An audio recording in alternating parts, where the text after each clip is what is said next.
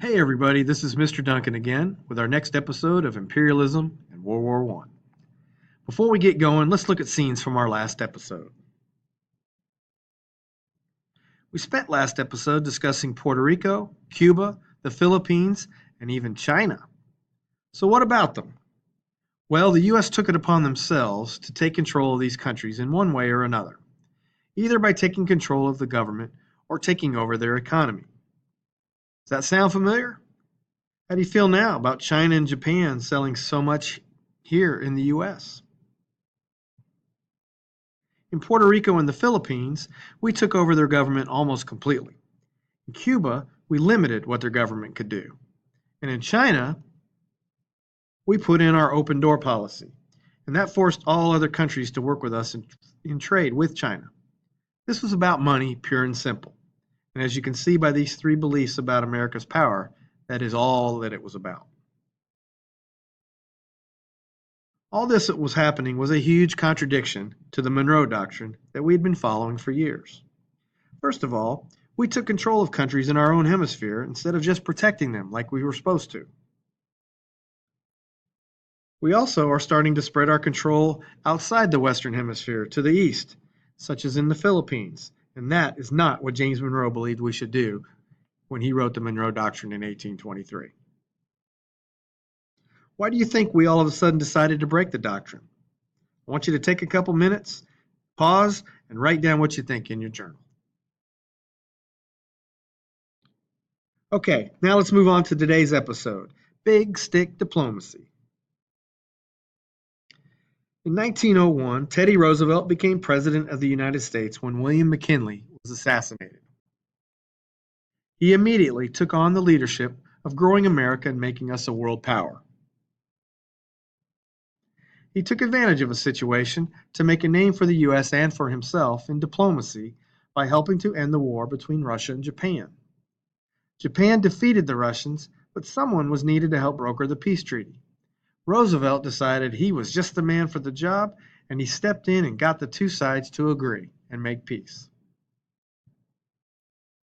For his efforts in getting the Treaty of Portsmouth signed, Roosevelt was awarded the Nobel Peace Prize. Pretty amazing for someone who believed that carrying a big stick was a good way to deal with other countries. The next thing that Roosevelt did was to make it possible to build a canal through Central America. That was a tremendous undertaking, but it would save millions of dollars by cutting in half the distance and time it would take to go from the East Coast to the West Coast. Just look at the map here and you can see what a difference it would make. As you can see, going from New York around all the way around the tip of South America and all the way back to San Francisco was 13,000 miles. If you just went from New York right through the Caribbean, through the Panama Canal, and up to San Francisco, that was only 5,200 miles. So we're talking almost 8,000 miles difference. What a huge difference. In 1903, Roosevelt got Congress to approve the necessary measures to make it happen. But there was one problem. Panama was owned by Colombia, and Colombia wasn't interested in having this canal built. So what do we do about that? Well, we just decided to help start a little rebellion down there. And then we came in and, quote, observed, if you know what I mean, Panama get its independence from Colombia. I'm sure we didn't help at all in that. Now we have our chance to move in.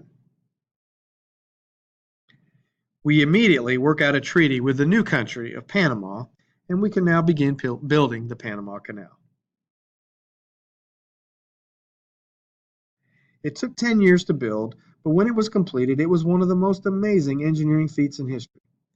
But it did come at a very high cost. Over 5,600 people lost their lives building the canal. Was it worth it? Maybe the video here might help you decide.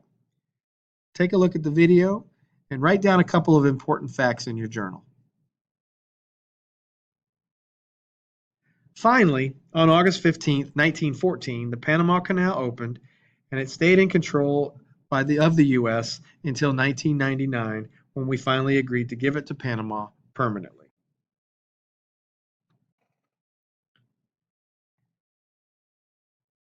If you look at the graphic on the left here, you can see how the canal works. It really is quite an engineering marvel. I've been through it 7 times when I was in the Navy, and it was a fascinating trip every single time. It never got boring. All right, let's talk about Roosevelt's big stick diplomacy. What does that mean exactly? Well, first of all, you need to understand exactly what foreign policy means. It's how one country deals with other countries. It's really that simple. How do you deal with other countries? Well, you first need to understand them, especially their culture. You cannot deal with anyone well if you don't know them. The best diplomats are ones that study the country they're working in and develop relationships with their people. For Roosevelt, the idea was that, but also to remind those countries that we are willing to fight if necessary. Some countries will take advantage of you if you're not willing to stand up for yourself. Are there other areas in life that this might be a good way to think? Just saying. This way of dealing with other countries was used because of the fear that Europeans would gain economic control in Latin America because of the money the Latin American countries owed the European countries at the time. Roosevelt made the decision that if someone was going to control the West, it wasn't going to be the Europeans, it was going to be us. And as you can see by the map, we did control quite a bit of territory in the Caribbean. In 1904, Roosevelt issued the Roosevelt Corollary to the Monroe Doctrine, where he stated that he would protect the West, even if it has to be done by force to keep the Europeans from advancing into the West. In this corollary, Roosevelt told the West to pay back what they owe to Europe. And he told Europe to stay out or we will fight you.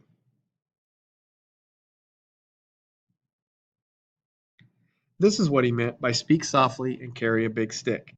Probably his most famous quote and one of the most famous quotes in American history.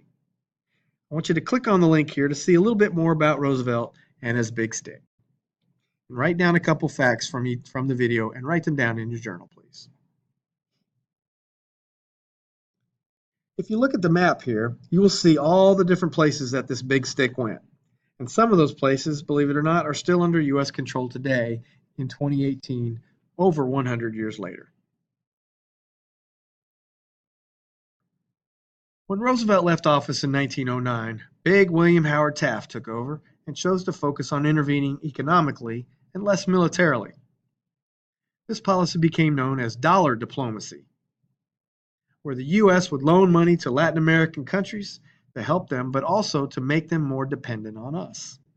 As you can see by the map here, there were quite a few countries that borrowed quite a bit of money from us during this time.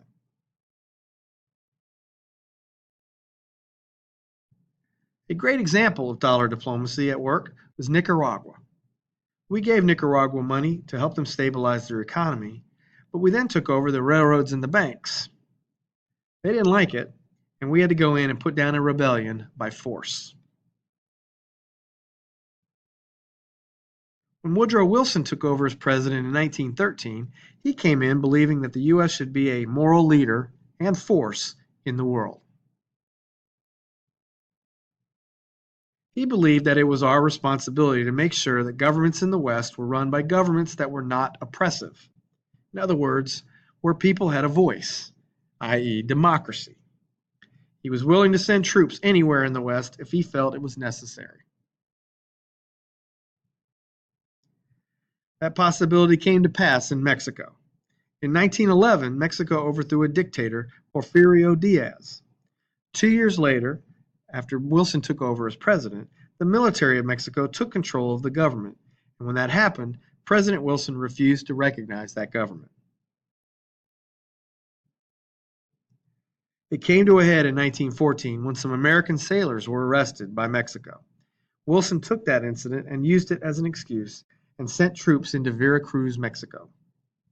When that happened, the government of Mexico collapsed, and Venustiano Carranza became president, and Wilson and the U.S. government agreed to recognize them, and we began to rebuild our relationship with Mexico, though there would be quite a few stumbles along the way.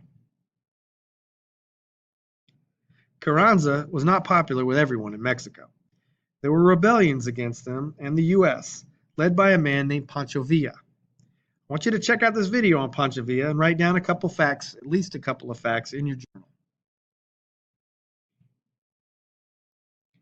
In 1916, Villa and his men attacked and killed 17 Americans in Columbus, New Mexico, which is right across the border from Mexico, and then escaped back across the border.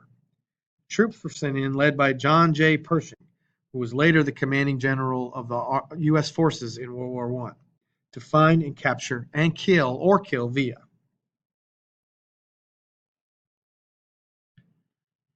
They were not successful, and by 1917, they pulled out of Mexico because we were busy getting ready to go into World War I, and so we did not pursue them any longer. Villa, though, was eventually killed in Mexico in 1923 by a group of his enemies. So, why did we want to build an empire? Well, we wanted access to markets around the world, and we wanted to make sure we continued to have access to those markets by building up our military strength, especially our Navy. To see more about the differences in how Roosevelt and Wilson handled diplomacy, I want you to check out this video here, and again in your journal, write down at least 2 things that were different about the 2 presidents. Also, let's face it, we had a lot of people in leadership positions here that believed we were, quote, superior to people from other parts of the world, and that we needed to, quote, civilize them. I like to call it Manifest Destiny 2.0. All right, what I'd like for you to do now is take a look at the political cartoon on the next slide and answer the questions here in your journal. Make sure you understand what a constable is as you do this. If you don't know what a constable is, you need to look it up. Well, that's it for this episode. Thanks for listening and watching, and we'll see you next time as we discuss World War I, the Great War. See you then.